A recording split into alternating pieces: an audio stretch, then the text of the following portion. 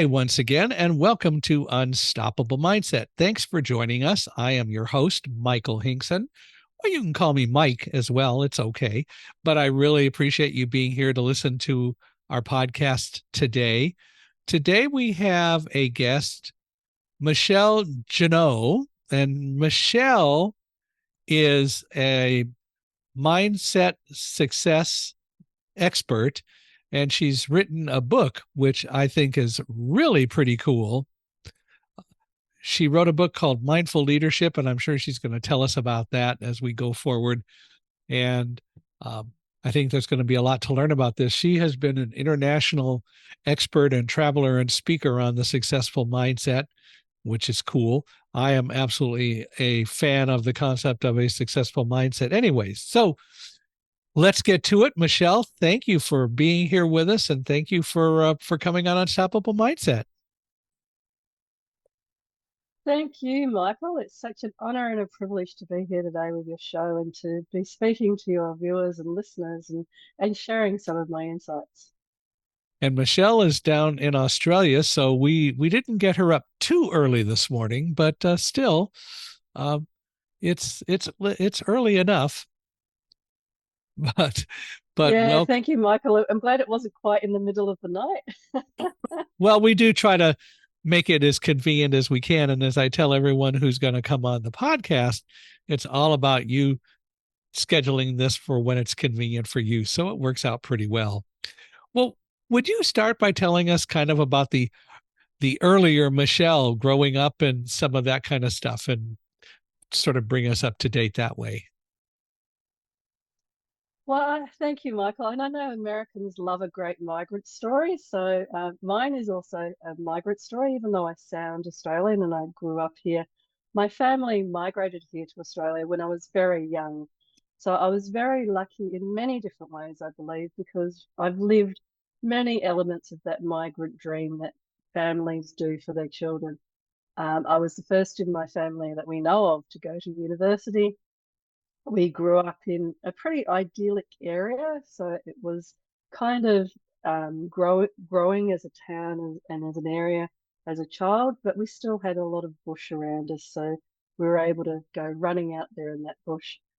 My early years were in a small place called Armidale in Western Australia, but I very soon grew up and had a bigger, sense of what I wanted to do and where I wanted to go. So I moved to different cities, bigger cities in Australia, and eventually then lived and worked overseas for a number of years in London and in South America. And got to visit many, many different beautiful places there in the US and loved LA, loved New York, and even loved New Orleans. And so those travels helped to expand what was part of my passion about understanding people and what motivates them, but also one of my other passions around technology and what was in those days the synchronicities, if you like, between we could talk to each other like now all across the world, but did we really understand each other? Because we had different cultures, different backgrounds, and even sometimes different language. All of those different travels and experiences pretty much led to me starting my own business on purpose transformation, and then the book, and then setting up the TV show and other things that we do today around that mindset and success mindset coaching. Well, so where did you go to university? I went to university in a place called Curtin University in Western Australia. Oh, I was very lucky again that I lived on the student campus, or I'm college. I think they call them colleges there, don't they? Where the students live on campus in the States. So I lived on campus, and it gave me an absolutely fabulous experience of the university life, and also, of course, made it much easier to get to classes when I was running late in the morning. yeah. I know the feeling. I lived on campus all the time. I was at college for the first 3 years. I lived in one of the dormitories, and then because I had enough books in Braille that it took up a lot of space, they let me move into one of the uh, on-campus apartments for graduate students. So for my senior year and then my graduate years, I lived in a two-bedroom apartment, and so shared the apartment with a couple of other people. but I still had enough room for Braille books and it worked out pretty well. Sounds fabulous. And I wouldn't trade living on campus for anything. And I appreciate that not everyone can necessarily do that, but there's value in being able to do it if you can, or at least participate in as many activities, even if you don't live on campus. Participating in college life is really very important to do, I think.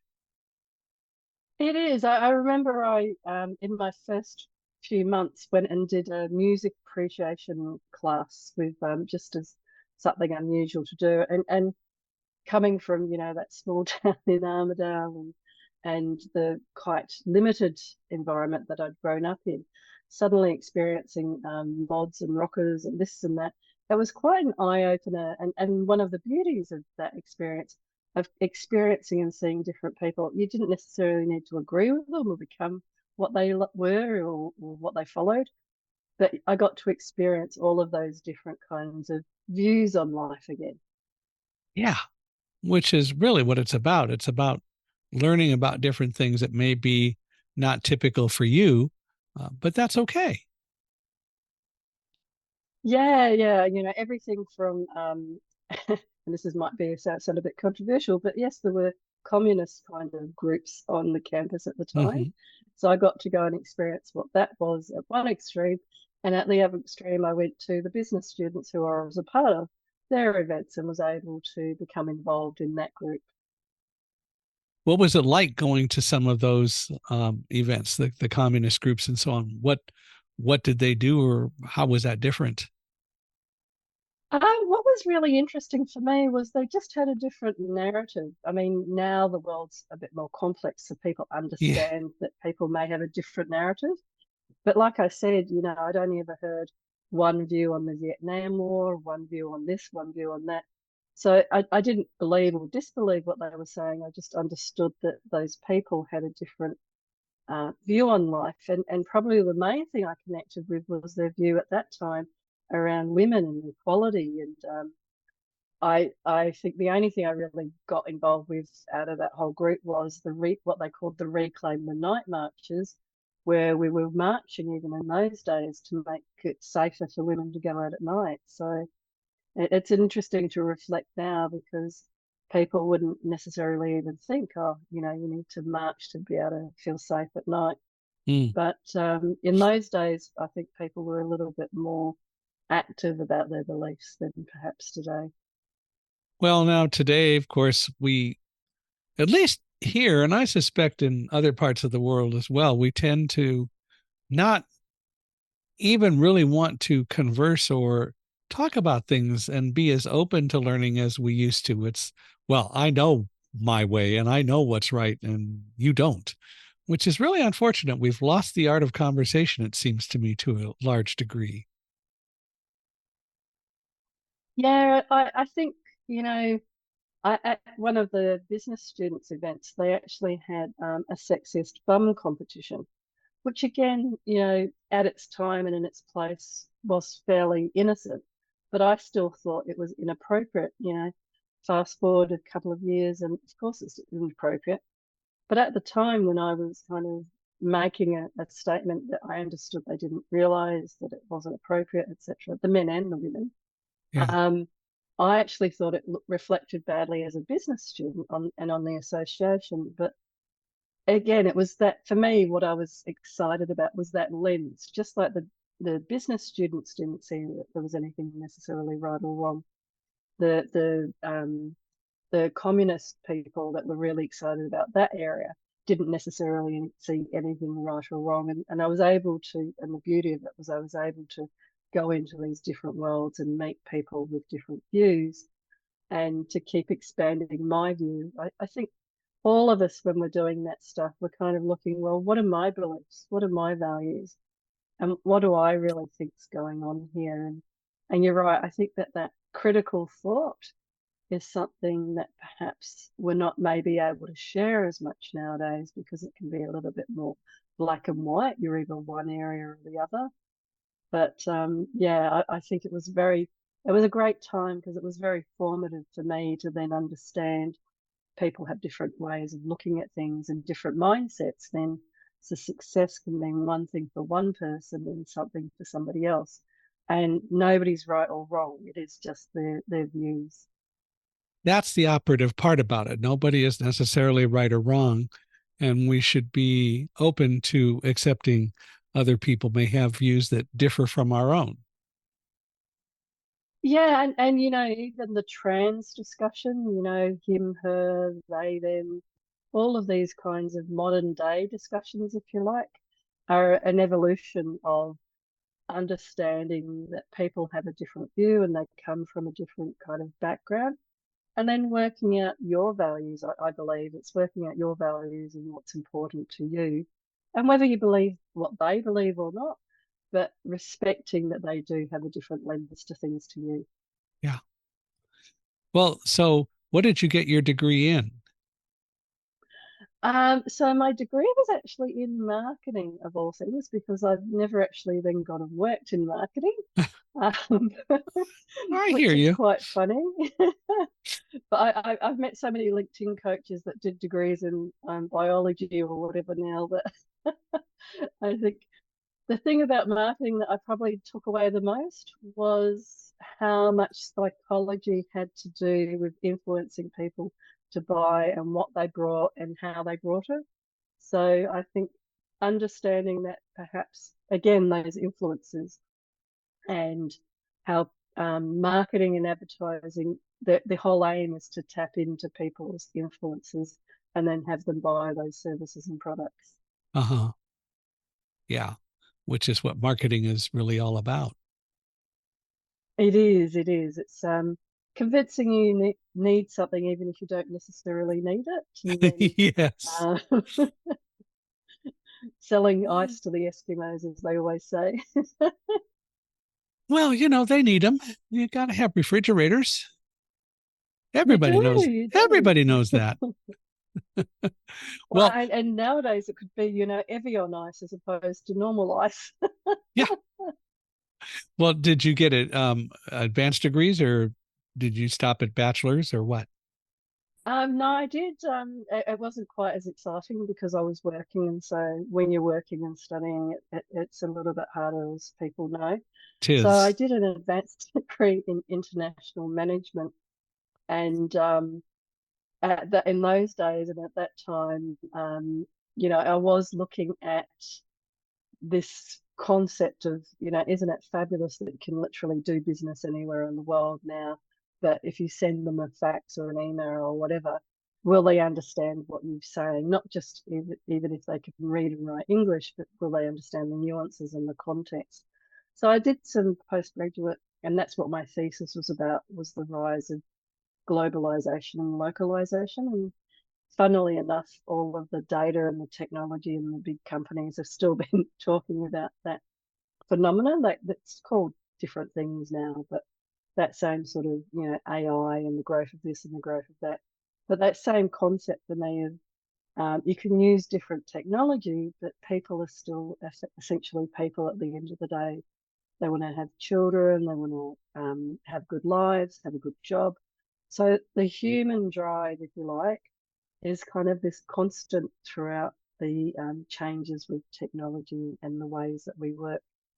So I did that. It took a couple of years, and unfortunately, in my second year, my father passed away. So it was a pretty tough year, and I was very lucky. I had so many great supports around me at the university at Curtin that actually helped me to kind of come back and then get through essentially a year's worth of work in the last 4 months of the year. So yeah, it was fairly intense, but I was very grateful and very lucky that I then had my postgraduate in international management and got to really understand this at that time new area called internationalization and globalization. Yeah, I know how tough it can be. I lost my father when, well, we had gotten married. So I was 34. I'd been through college and had had a couple jobs, but we lost him in 1984 and then my mom in 1987. And it is tough. But even for me, tougher than both of those was my wife of 40 years. passed away last year in November. So we were married 40 years and she passed. As I tell people, the body just doesn't always keep up. She was in a wheelchair her whole life, and her body just finally said, "I've had enough." And as I tell people, it just doesn't always keep up with the spirit, and it is a challenge. But at the same time, I had enough of a warning what was happening to mentally start to prepare, but nothing can totally prepare you for something like that, other than you've got to make the decision to move forward. Yeah, and I'm so sorry for your loss, especially your wife of 40 years. I think for me, one of the reasons my father passing was also quite dramatic was I was literally, it was like out of the movies, and it felt like a movie because I was sitting in a meeting at work. I was 27 years old, and somebody literally walked in the room and said, "You need to go to the hospital now." I went to the hospital and he died the next day. So Mm. um, I was very blessed then when my mum passed a few years ago that I got to go and be with her and help care for her for the last 6 months. So complete contrast, and I was very grateful that she was able to hold on and be with us so that it wasn't quite as quick a shock like with my father. Yeah, But I think, loved ones when they pass, you kind of you mourn the physical passing, but you know that they're always with you and that they love you wherever their energy and their spirit might be. I love to tell people that having been married 40 years, I've got 40 years of wonderful marriage memories. And I know whatever is going on, I have to be a good kid or I'm going to hear about it from her. So I have to behave myself. You do, you do. That's They it. they, they are watching, Oh, yeah. and yeah. That's okay. She can watch and participate all she wants as far as I'm concerned. But, Well, you carry them in the funny ways that you smile, you look at people, or you interact with people. I think because you especially in marriage, you become one person after 40 years. yeah, very much so in a lot of ways. Well, what did you do after college? So I think after I finished my postgraduate studies, which really changed the course of my life in quite a dramatic way.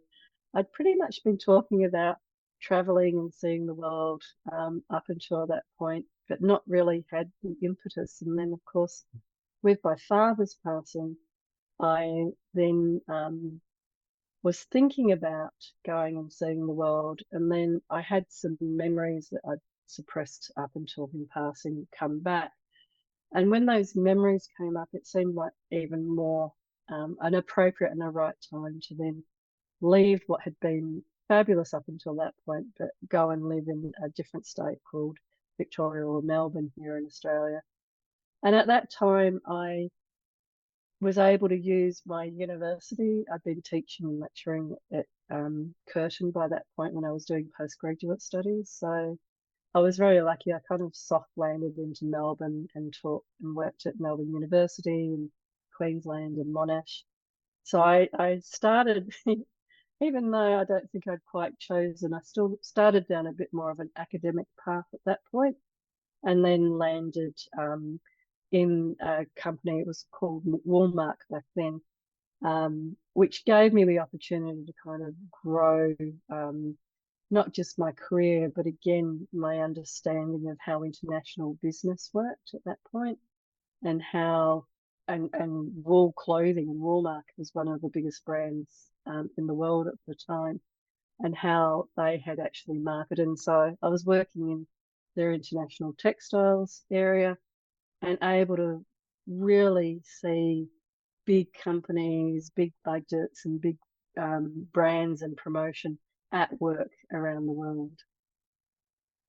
So when did all of that start? When did you go to work for them? This was in the late 90s. Okay. So one of the other things I think that was interesting was that I'd grown up, and especially my dad, had been like a career railwayman in the UK where we came from. He worked in the railways, and in Perth in West Australia, he worked in the railways. And so he kind of was this example of somebody that you get a job and you stay in that industry or in that company for all of your working career. So it was a bit of a shock for me when I started working, and every single company I was working in was restructuring. And so there was no security, and this is, going from mid 90s onwards.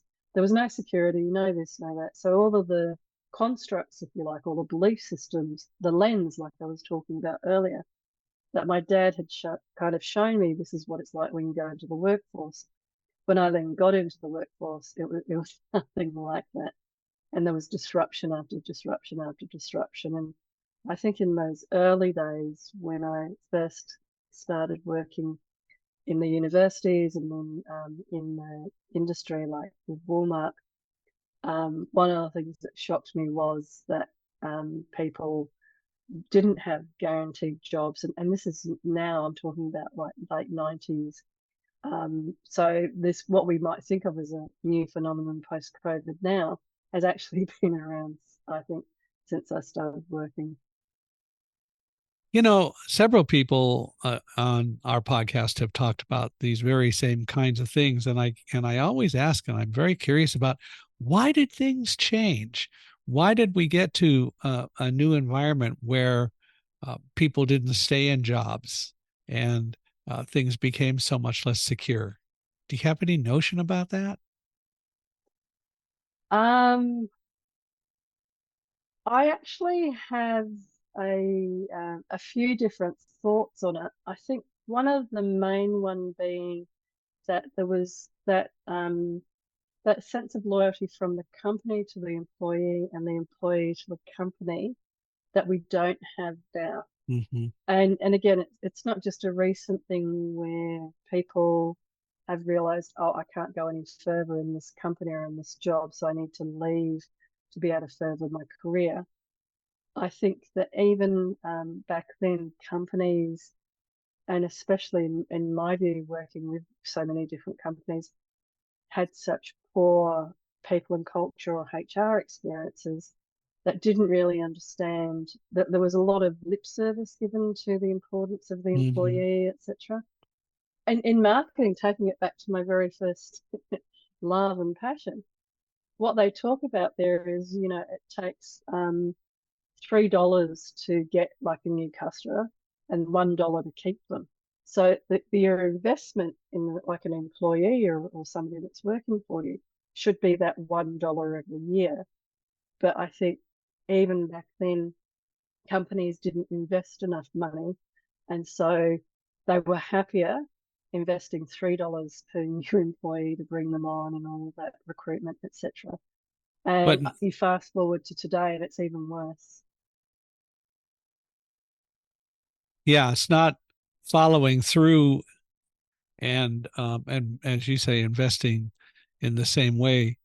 And then they wonder why people leave. It is interesting, and it's a mindset that probably really needs to change, and it would be valuable if it did. But um, a lot of companies do what they do. But speaking of mindsets, how did you get into the whole subject of and become interested in the concept of mindset? Great question, and I think um, how people looked at life and trying to understand life was something that I had as like a natural curiosity from when I was quite young, and it was something that then, like when I was traveling or when I was studying or even at university, as I described, I was still interested in why things were the way they were or how people were the way they were. So I don't think it was until probably about 10, 15 years after my father had passed, and I'd been working through this healing journey, that I really started to get into less the why things had happened when I was a child and more into um, that whole compassion about him and my family. And I think it's very normal if you have dramatic and challenging childhoods to be angry for a period of time. And then as you start to realize that this was just humans doing the best that they could do, and that compassion comes in, then you start to understand more about their motivations. So I had pretty much for about 10, 20 years been spending quite a small fortune traveling around the world and doing a number of different courses and training. I'm a trained DiMartini facilitator, trained this, trained that. I did a Insight 4 course, which is a month-long leadership course there in California, in LA. So I had spent and invested quite a small fortune. And then I came back to Australia, to Sydney, and it was an interesting, I didn't want to say midlife crisis, but it was kind of approaching that idea where I'd been working in IT and I'd been CIO and I'd run my own company and been CEO for charity companies, etc. And I also had spent that same 20 years in this healing journey, training and becoming a coach, a facilitator. And when I wrote my book on mindful leadership, what I realized was that the crossover point was something in this mindfulness space. But me being a very practical kind of person, it wasn't just about meditation, it was about implementing it and how people implement it. You know, small things like if you're having a meeting and it's going on for a period of time, you get everybody to stand up and shift chairs. And by shifting chairs, you rewire the brain because people are looking at the room differently or talking to each other differently. So all these little tools and tips that I'd been picking up along those years, I then decided, oh, okay, I wrote the book. Mindfulness wasn't quite it. And then it was really in that cocoon period called COVID where we had an opportunity to spend a lot more time thinking about what were we really doing and why were we really here, that I realized I was actually here to support people more about empowering them to build a successful mindset. And as soon as I hit on that, everything kind of went click, click, click around the experiences I'd had in my own life, the trainings I'd done. And what evolved from that was this real clarity for me that, you know, this is what I'm here to do, is to support people to feel empowered that they too can create a successful mindset. So when did you actually publish the book, Mindful Leadership? So I published a book about 6 years ago now, and we republished it about 2 years ago. And it's been, yeah, it won awards at the time, and it's become such an integral part of the way that we work with people and we help them on their journey. It's again, being an educator by this stage in my life, um, the book has award-winning and leading business people like Gordon Cairns and heads of different areas here in Australia. Might not be as well known overseas, but they have case studies in the book. But it also has these exercises. So people read the book in chunk-sized pieces. This is the topic we're talking about. This is the case study. And then there's the exercises to help people to make sure that they've learnt the concepts that they've just learnt. And so for me, it's a tool that I've used and been incredibly grateful for ever since we wrote it about 6 years ago. Well, you talk about in the book the fact that the steps to be successful are not complicated or hard. What are some of the steps that you talk about? So I, having had that marketing background again, I describe it in terms of 7 Ps, but for this purpose, what I'll talk about is purpose. Um, I know people talk about the concept of why do we do things and purpose, etc., etc. And there's many different ways, you know, from using values to this to that. I now have a TV show and I ask people about what does success mean to them. And when they're answering, one of the interesting things that comes up less often than I thought is this whole idea of the why or the purpose. Because again, in everyday life, you don't think about your purpose, you don't think about your why. You think about, I've got to get the kids to school, I've got to this, I've got to that. So when you bring it down to purpose and your why, for me, it's a much more practical thing of, what is it that gets people out of bed in the morning when it's cold and dark or when they've got to take care of the kids? And a large part of that, a large part of the purpose or the why in that sense is actually to do with more of your innateness, what you feel like I was sharing for myself, you were here and what you're on the planet to do. And I feel like many coaches and facilitators, when they're talking about purpose, it's still like a very head kind of thing. And it was for me for many years. I'm not exempt from this, but I feel like you have to. The great philosophers of old used to sit with these kinds of concepts for many years, and even in Eastern religions, you would have mystics that would go off and sit in caves for many years or something because they sat in that world with this concept of why am I here and what am I doing.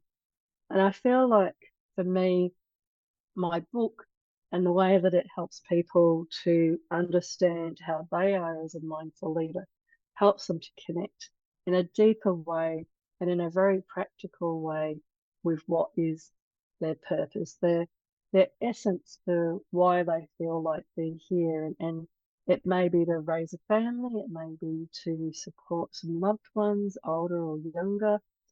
It can be all sorts of different things, but it comes back to who you think of as you.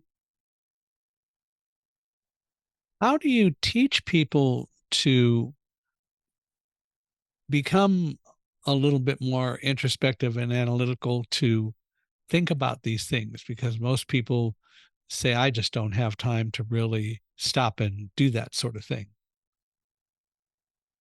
So it's a great question because and it's funny I used the example earlier of the $1 versus $3 because I think it's the same thing with people and what I call mental well-being.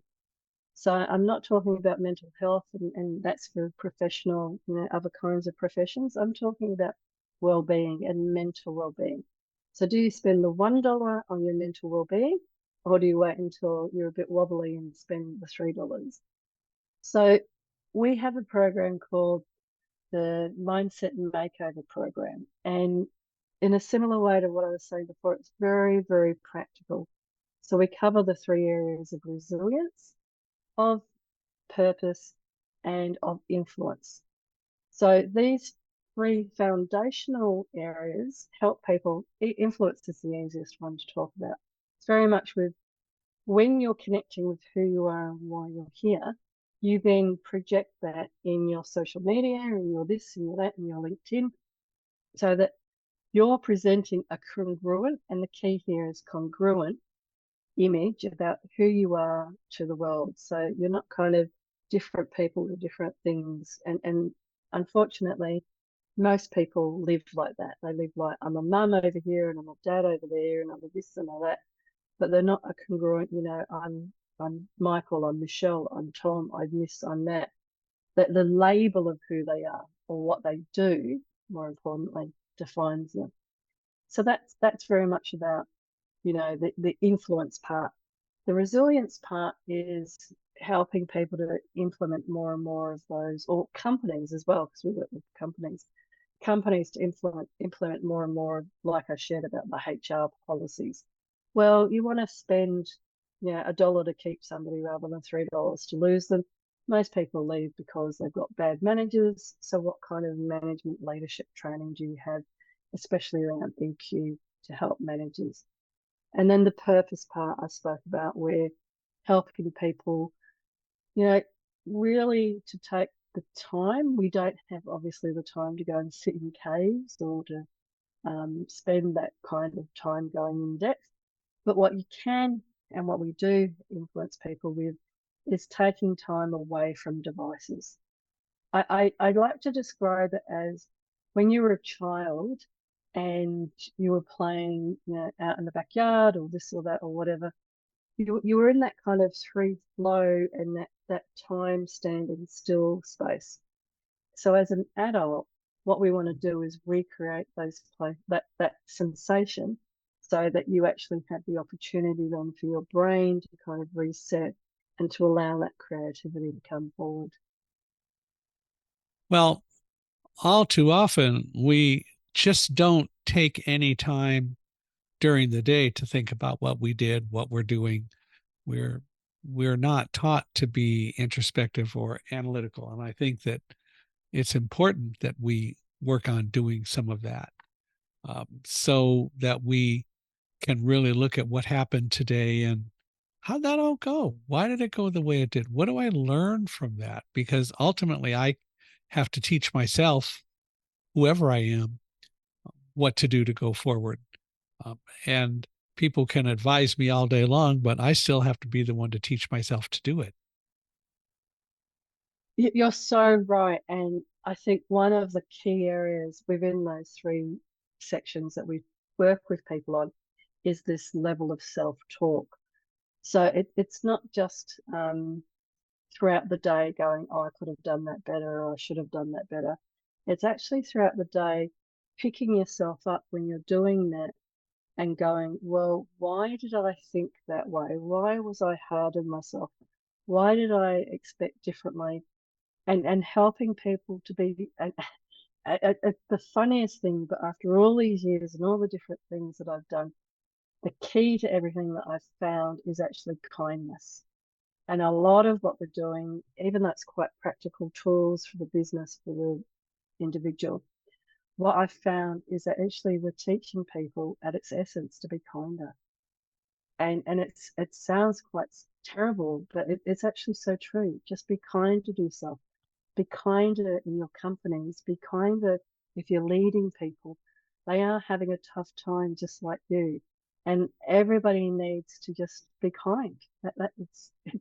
It doesn't get much more complicated than that. It's just about kindness. Yeah. Well, and kindness, if you truly become more kind, if you become more kind, you also become more conscious of what it means to be more kind, and you become more conscious of why it's important that we do things in a way that helps us be more kind, more gentle, to quote George Bush Sr., but to be more of a person that is focused on improving rather than just criticizing or being negative, or it's got to be my way and that's the only way that works, if that makes And I sense. use this example all the it does, because I use this example all the time, and it's a little bit of a cliche, but it's about when you're watching a child learn to walk and they fall over, stand up, fall over, stand up. You won't see people around that child going, you stupid child, you terrible child, why don't you know how to walk yet? You know, you should know it, you've done it once. All of these kind of negative self-talk or negative reflections. So as adults, bringing that same kind of support of, well, you've never done that before and you did really, really well. In fact, Greg Norman and some of the other great sporting giants that I've studied over the years, one of the interesting things that they talk about, because if they play a game of golf or whatever it is, and then they replay it at the end, they actually look at all of the things that they did well first so that they can replay in their minds and go, okay, I hit that ball, I played that basketball shot really well. And then they replay the things that they needed to improve. And so they identify, okay, I needed to do this differently. And then what they'll do is they'll actually go through in their mind, because again, the mind doesn't know if it's real or if it's not real in the mind. They'll go through it and they'll actually go, okay, I needed to turn a little bit more to get that hook, or I needed to do this or jump a little bit higher. And they'll do that in their mind and they'll rehearse the things that they need to improve on. But they won't sit there, and this is very human and it's very sad that we do this. but actually have this negative self-talk. I should have done that better. I should have this, I should have that, I should have whatever. So even if we can, the 1% of our day, catch ourselves with those kinds of thoughts and improve on them, then we can build, I think of them as like mental wellness muscles. We can build and improve on our mental wellness. Well, it is all about establishing the mindset that you're talking about as well. And it is a muscle. It is something that has to be developed. It is something that you have to practice to truly bring about. But when you do it and you do it well, it makes such a difference in your own life, much less in the lives of other people. It does. And just as a comparison again, um, going back to the, sitting in a cave and being able to get to this point. I remember I saw an interview with the Dalai Lama one time where somebody asked him, you've been exiled from your country, you're this, you're that, all of the terrible, terrible, difficult things that have happened to him and to the Tibetan people. And they said, but you're still, such a happy, positive person. How do you do it with, this the weight of the country, the people, the this on his mind, on his mind. And he was saying he had to work at it. He would go and meditate every day. And if those negative kind of thoughts or self talk would come up, he would meditate on it to clear it so that he could come back into his level of balance and then be in that balance in the world. So, like I said, and as people know, it's not necessarily an easy journey and it can take some time. You don't necessarily need to go away and meditate for 2 hours, 3 hours, whatever it is, but taking that 2 seconds, 10 seconds to think and go, what was that thought that I was just doing that was actually beating myself up or beating that other person up? Can I find some kindness? Can I find some compassion? And can I, in that journey to finding it for myself, more essentially also bring myself back into a form of balance so that in that balanced state, I can keep focusing on where I want to go with that successful mindset. Yeah. Well, and the reality is that we all, at least as far as I know, go to sleep at night. And it would be a simple task to take a few minutes as we're preparing to fall asleep once we're in bed to think about and meditate on things. It may very well be that you can't necessarily do it at other times during the day, although I think it's like anything else. If it is enough of a priority, you will find the time to do it. I think so. And I did a course many years ago and we had to practice something every day. And I thought, oh, how am I going to make this part of my everyday routine? And ever since then, I have done this practice whilst I'm in the shower. Now, it might seem like a funny thing, but if you think about it, most people, when you get in the shower, you actually are kind of an autopilot now. You've Yeah. washed your hair the same way, you wash your body the same way every day. So to actually be programming into your mind and into your brain while you're in the shower, I'm this, I'm that, whatever affirmation or whatever positive thought or positive self direction that you want, it can take a little practice, of course, at first, but it's actually what I would think of as dead time because you do, in a sense, mentally go to sleep because it's an automated response brush my teeth, do this, do that. So if you can, because not everybody, people, when they're going to sleep at night, they can be a little bit tired or distracted about something. But if you can think in the morning when you get up, in that 2 seconds, 10 seconds, and most people's showers are a bit longer than that, but if you can think in the morning, oh, okay, yes, I know that I've got to do this, that, and whatever with the actual day, but this precious time that I have to myself, without the husband, without the kids, without the boss, without the whatever, this precious time I have to myself, I'm going to say the things to myself. I'm going to be kind. I'm going to be compassionate.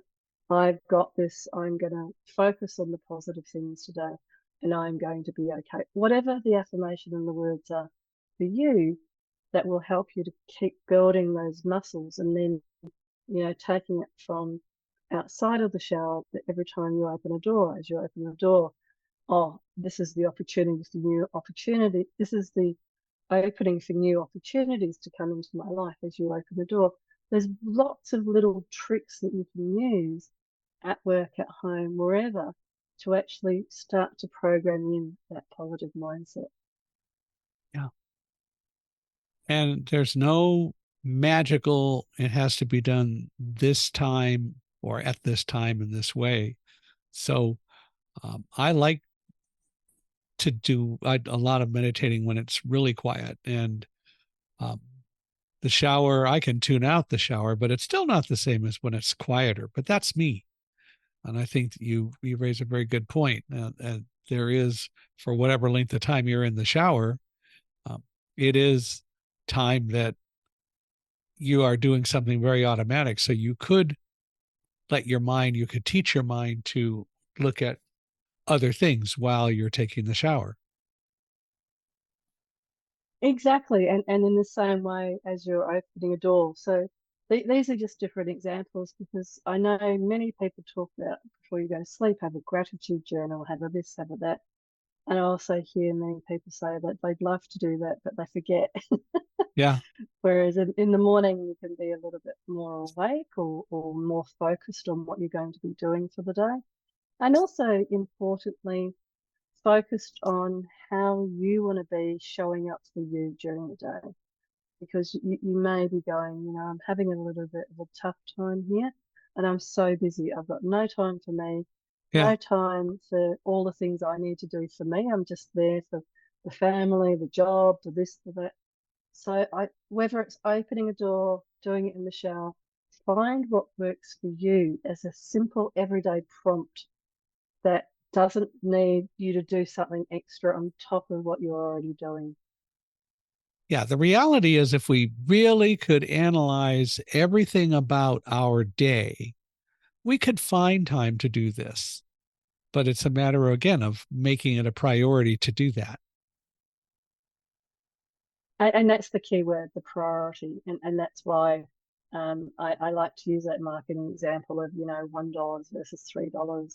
Yeah. And people, as you get older, you start to realize, well, actually, yeah, that $1 is me doing a bit more exercise, a bit more this, a bit more that.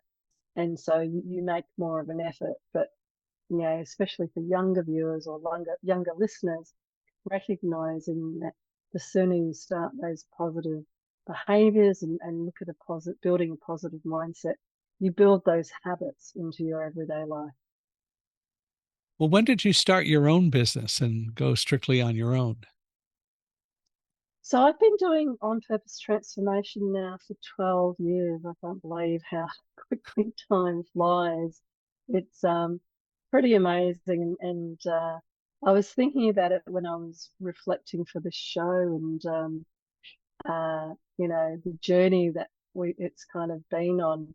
Um, Everything from the first business card. I think we're up to about the fifth website now. So it's been quite a journey over that time.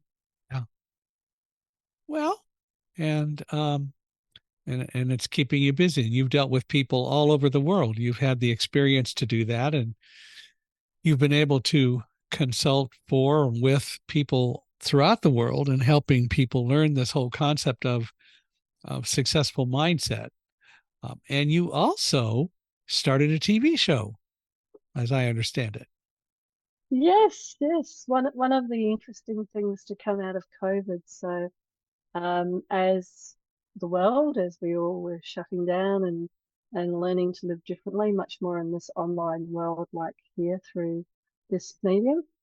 One of the things that I was doing was running a lot of workshops to help friends and creating materials all the time to help with different tools to, lead a.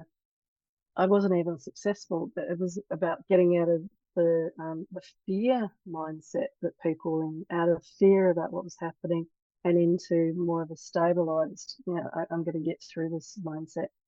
And so out of that came the Mindset Michelle show.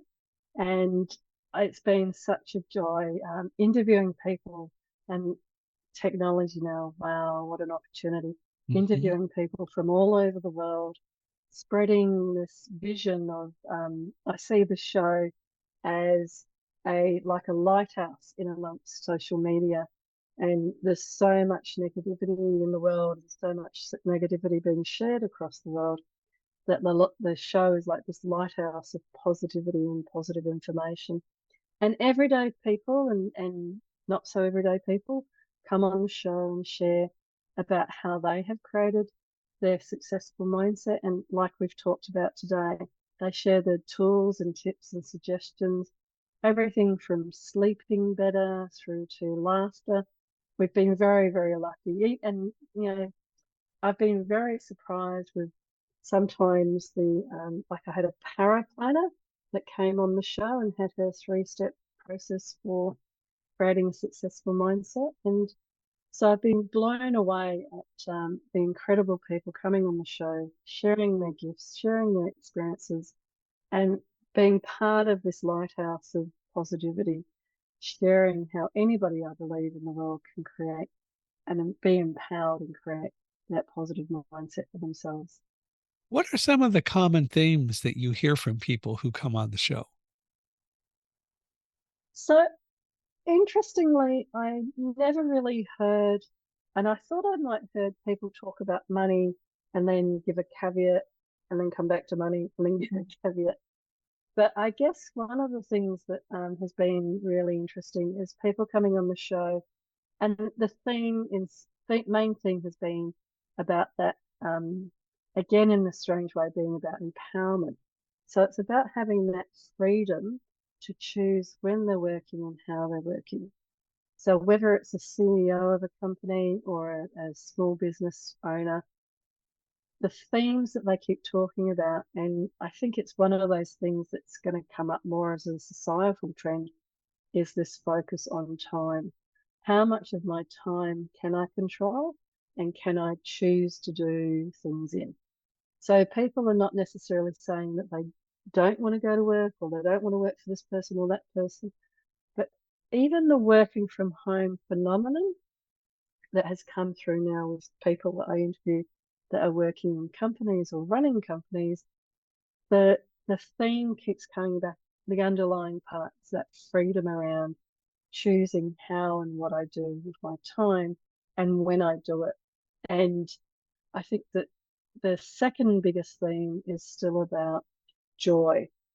So once people have talked about the freedom around choosing what they can do with their time, it's also about what brings them joy.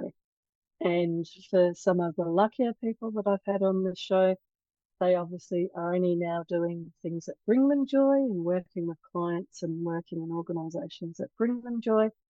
But for most people, it's that journey towards that kind of utopian lifestyle that they're on. And for them, it's more about that transition, whether it's children and work or husband and work or family, aging parents and work, juggling all of those different areas of life. And they talk about freedom and then the joy that it brings to them. And so much less like you might have thought of around the money kind of element. It's much more about, again, like I said at the beginning of the show, around those human drivers that seem to be a constant no matter where we are with history and society. So, what do you get out of doing the show? Why do you do it? One of the things I love so much about doing the show is that I think I'm a little bit of a story. Well, I'm a storyteller. And so when I'm hearing other people tell me their stories, like we started when I was talking about the different lenses and my curiosity, when I'm hearing people talking and I hear their story and I really get their journey. And there was another gentleman that came on that was a finance coach. And I thought, oh, okay, I'm going to hear about finances and coaching, etc. And he started talking about his children, and he'd had, come close to having mental breakdowns, etc. And he was sharing about his children in the show and the habits, etc., for creating a successful mindset he'd observed and worked with them. And this fabric of him as a human being, him being brave and sharing his story and coming on the show. This for me is if my reason for being here is to help to empower people to create that successful mindset. When I'm hearing how people have gone and done that on their own journey, because you don't always need a coach, but at different times you may need a coach. But these people that are coming on the show, that they're talking about their journeys in such a beautiful way and sharing about how they have created their successful mindset. So for you, who are some of the people that you look up to that you regard as really successful, or um, you like their mindset and the way they are? I think that there's a few, like the Dalai Lama example I shared. I think there's a few people, and what I would say is what I think that they are is a shining example of being themselves, being who they are, warts and all. An older example might be somebody like Billy Connolly, who was a really good example of someone that found his niche as a comedian and has understood that he's got many a demon and lives with those demons. And it's an integrated part of who you get as Billy Connolly, all the way through to modern times. When you look at someone like Ed Sheeran, I mean, can you even begin to imagine what it would be like to stand at Wembley Stadium with just you and the guitar? Mm. Honestly, that takes, it's not just the musical talent, the mental talent to go from as a kid standing in your lounge room playing the guitar for your friends and families to as a younger man standing at Wembley with just no orchestra, no this, no that, all of those different things that he did when I saw him at Wembley. And I think these for me are examples of where people are living true to who they are, true to their nature, embracing their God-given talents, and they are incredibly talented people, but they also work very, very hard at it. It's not like they got the talent and then didn't have to do anything. They work very hard.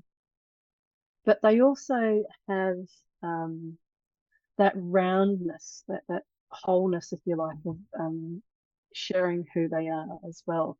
So they don't pretend that they are the best, this, best, that, best, whatever, and that they don't have the same foibles as everybody else. So these two are great male examples, I think. And the female side, there's a number. Angela Merkel is probably, I had a big girl crush on Angela Merkel for exactly the same kinds of reasons. Her and her husband lived in a tiny flat in Berlin the whole time she was Chancellor of Germany. Now, she could have changed. She was a science teacher. She could have changed and moved to a bigger house, a bigger this, a bigger that. She was actually perfectly happy doing work, living where she was living and being with her husband. She didn't need all the scandals and all the other bits and pieces. So I think you can see a theme here where the people that I admire are the ones that are comfortable in, and it's an old expression again, but comfortable in their own skin, successful at what they do, and they work very hard at it. And they don't, Angler again, yeah, big girl crush. Yeah. Angler didn't try and fit in with the other world leaders by going and getting a big mansion, She stayed true to what was important to her. So she didn't feel the pressure from social media or any other medium to fit in. She felt comfortable in her own skin. Yeah. Which is really the best. You've got to, if you can't, well, if you feel comfortable in your own skin, if you really are that way, then uh, that's what real happiness is all about. It isn't about lots of money or anything else. First and foremost, you have to be comfortable and like you, like yourself, and do what you like to do and enjoy it, no matter where it goes and how it goes. Exactly. I interviewed somebody the other day that had some really good points about perhaps your job or your day job is not what gives you, spark or joy or, lifelong fulfillment, because your habit or your what does give you joy. Say if you like singing, but you're not a good singer, or Yeah. you many people play sport when they're younger and then realize they can't be an elite athlete when they grow up. Um, and I think that the points that Professor Gary Martin were making were very true. Ooh, hello, Daniel. Uh, I think that those points were very true because not everybody can be a Billy Connolly and Ed Sheeran or Angela Merkel. So being comfortable with your own skin and also recognizing that what you're doing in life is all there to support you. Well, let me ask you one last question then. What's in the future for Michele and the TV show and all of that? Well, we're coming to the end of our third year, and it's really, really exciting. And again, I'm so, so incredibly grateful to all of the different people that have come through and been on the show. And we've got 2 more years to go, and then it's going to be so exciting. We will be coming out 5 days a week for 50 weeks of the year. And being that lighthouse, if people are having a good day, a bad day, or whatever day, they will know that they can tune in and see an expert in whatever field talking about how they created their successful mindset. And for me, this is a passion of love. It's something that I'm very passionate about giving back and supporting people, empowering people. And I thank you so much for having me come on the show today, Michael, because the more that people hear about the show and connect in, we're also going to, of course, be looking for more guests.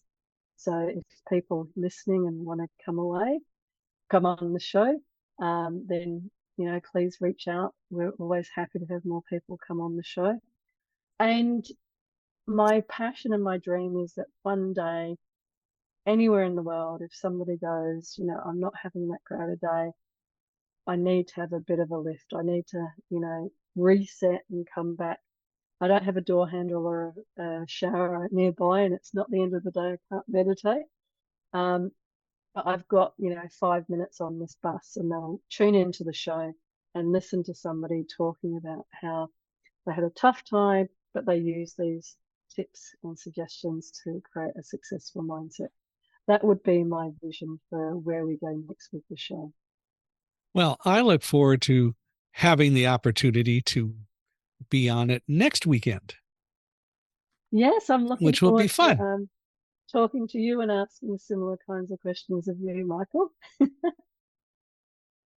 Well, I want to thank you very much for being here with us today and spending all this time. This has been fun and I have enjoyed it. I hope people have been inspired and will go find your book and read it and seek you out. How do they do that? If somebody wants to talk with you and maybe use your services, how do they do that?